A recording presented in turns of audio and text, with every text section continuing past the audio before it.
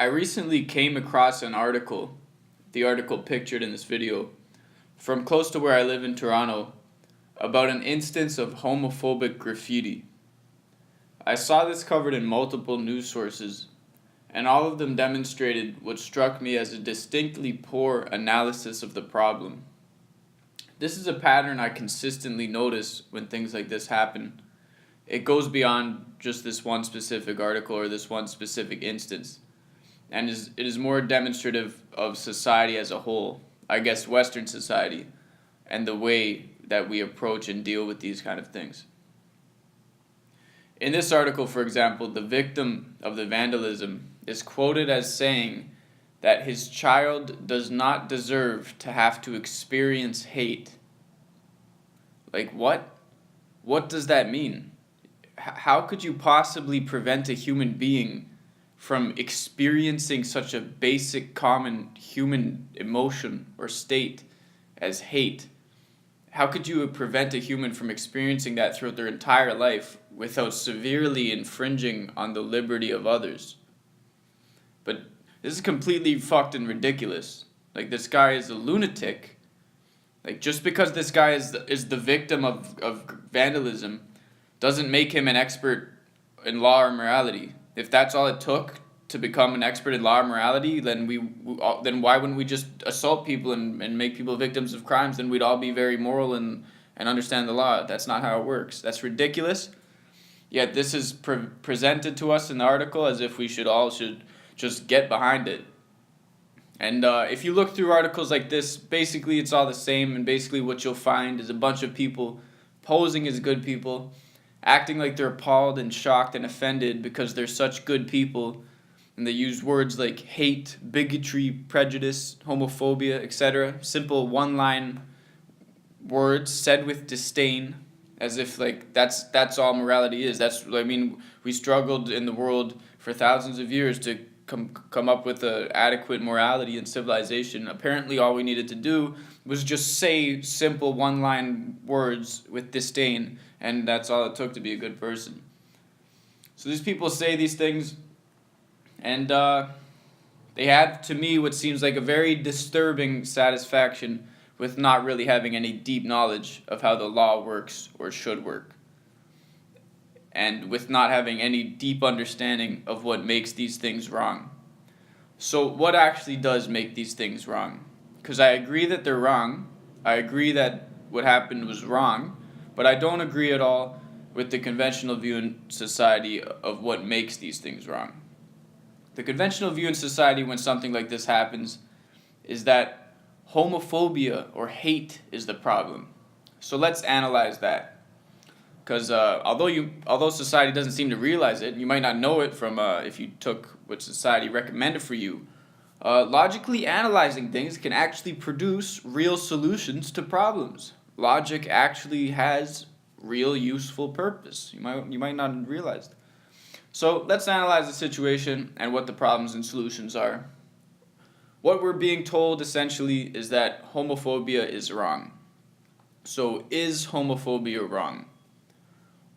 First off, what is homophobia?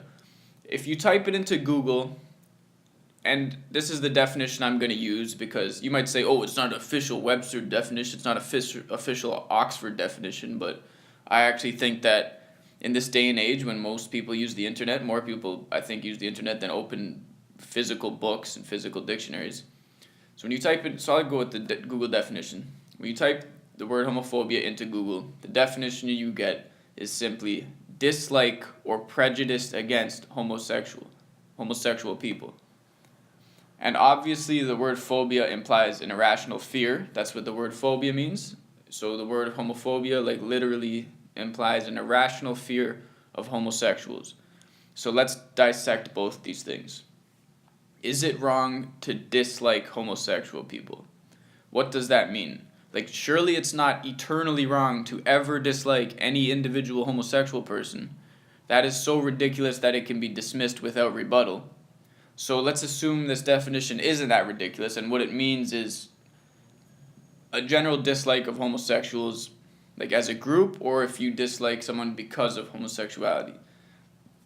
There are plenty of valid reasons to hate or dislike homosexuals as a group.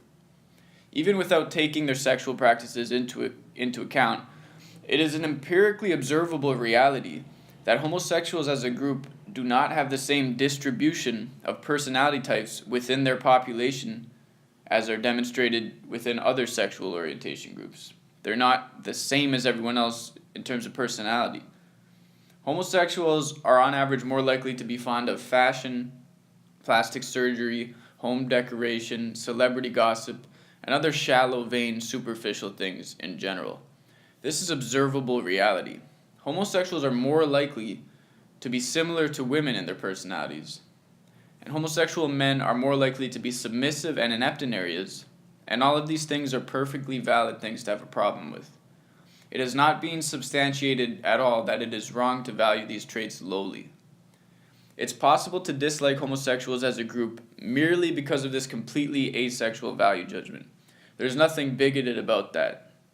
If I value those traits lowly, and the other non-homosexual populations do not contain traits that I detest in numbers as great as are seen in homosexuals, then I value homosexuals as a group, as a lesser group of people on average. I don't see anything wrong with that. I don't particularly like women based on their personalities, but women are sexually attractive to me. So if we hypothetically say that homosexuals and women are equal and the same in terms of personality, then the fact that I'm attracted to women and non-homosexuals means I value homosexuals less. And there's nothing wrong with that. I don't see anything wrong with it. And more so, I don't really have a choice in the matter. Sexuality, which I don't have a choice in choosing, plays a role in who we like and dislike, and that is deeply biologically ingrained in humans. When it comes to sexuality, it's normal for straight people to be disgusted by gay people sexually. That's part of the sexuality of straight people.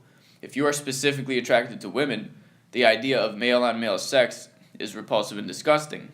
That's why straight guys aren't gay or bi. Sexuality is determined to some extent by disgust, and disgust is a form of dislike. Disgust is something that fits in the category of dislike, which is by definition what homophobia is when applied to homosexuals. We define sexuality not only by what we are attracted to, but also by what we are not attracted to. A lack of attraction to men is the difference between a bi and a straight man.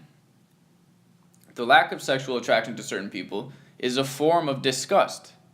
Disgust, and therefore dislike, cannot be separated from sexuality. They are intrinsically connected.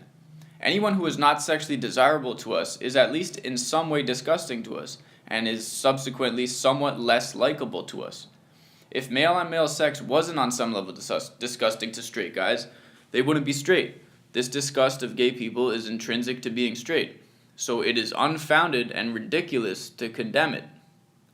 In addition to these valid reasons to be disgusted by and therefore dislike homosexuals, it is also valid to be disgusted by homosexuality purely on hygienic grounds, because gay anal sex is actually a lot less hygienic than regular straight sex. Even ignoring the fact that it involves human fecal matter, gay people get a lot more sexually transmitted diseases. Anal sex is known to carry a much more of an STD risk than other forms of sex, and gay people are known for being especially promiscuous, because men are especially promiscuous. And women are the ones who prevent men from having sex as much as they would. So if there's two men, they just have sex a lot more. So this is both a valid reason for fear and for disgust. So let's get into the fear aspect of the word homophobia. Is it always irrational to fear homosexuals or homosexuality? I've already mentioned the hygienic threat, but even outside of the hygienic threat, gay anal sex carries an increased risk of injuries to the anus and the penis. Things like a ruptured or prolapsed anus or a broken penis are serious risks. Men are stronger, bigger, and heavier, so it is valid to feel fear about physically interacting with them in general, never mind even just sexually. The idea of a large, manly, stubbled face making contact with a penis to a straight man is terrifying and disgusting. We do not have the option to be disgusted or on some level afraid of this. And if we are in the presence of someone who is interested in this, it is somewhat rational to be afraid of this potential situation to make sure that it doesn't happen. And even the first example I gave of the value system issue is a valid reason for fear. The traits commonly exhibited by homosexuals makes a fear of them rational if I don't want to see society become more vain, superficial, submissive, and so on. Society becoming more submissive, vain, shallow, and celebrity-oriented is a perfectly reasonable thing to be afraid of or disgusted by. A phobia is defined as an irrational fear. It has not been substantiated at all that these fears I've mentioned are irrational. They are in fact very rational and appropriate. So homophobia, therefore, is not an accurate term to describe the forms of disgust and fear I've covered. Homophobia is a bogus term that is not accurately assessing the problem when someone commits crime against a homosexual. Homophobia itself isn't the problem. People should be free to hate, be afraid of, or be disgusted or dislike whoever they want. It only becomes a problem when people infringe on the liberty of homosexuals through things like violence or like in this instance, vandalism. But we already have words for those infringements already, like assault, battery, homicide, vandalism, theft, etc. So why even mention homophobia?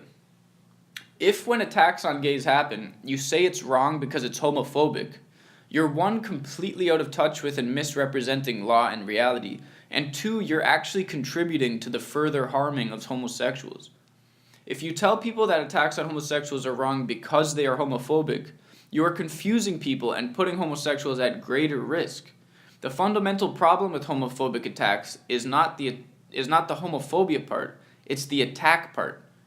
If you tell someone throughout their lives that homophobic violence is wrong because it's homophobic, you are misrepresenting the problem. You are telling them that their deeply biologically ingrained core value systems are what's wrong, and those things are a lot less likely to change than a person's respect for a reasonable law.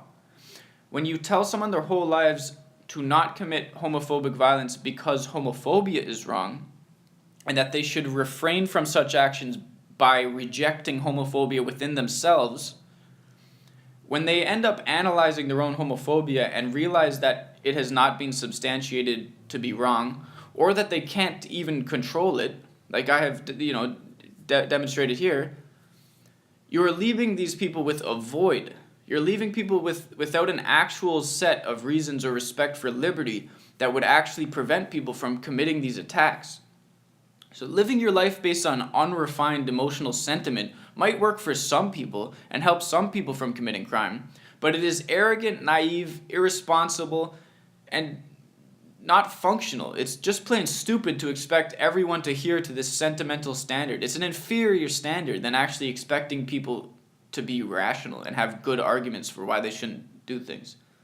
So people who cry homophobia act like they're righteous when it comes to the rights of homosexuals, but most of what they're doing isn't actually helpful to the safety of homosexuals. Most of what they're doing is taking a smug, arrogant satisfaction in their own sentimental way of life, and they are prioritizing maintaining this delusion of a moral high ground over actually understanding and subsequently preventing homophobic liberty infringements.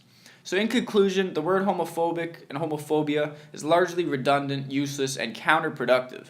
It is a misidentification of the problem with homophobic violence, and people should stop using it like it's being used if they want to actually prevent homophobic violence.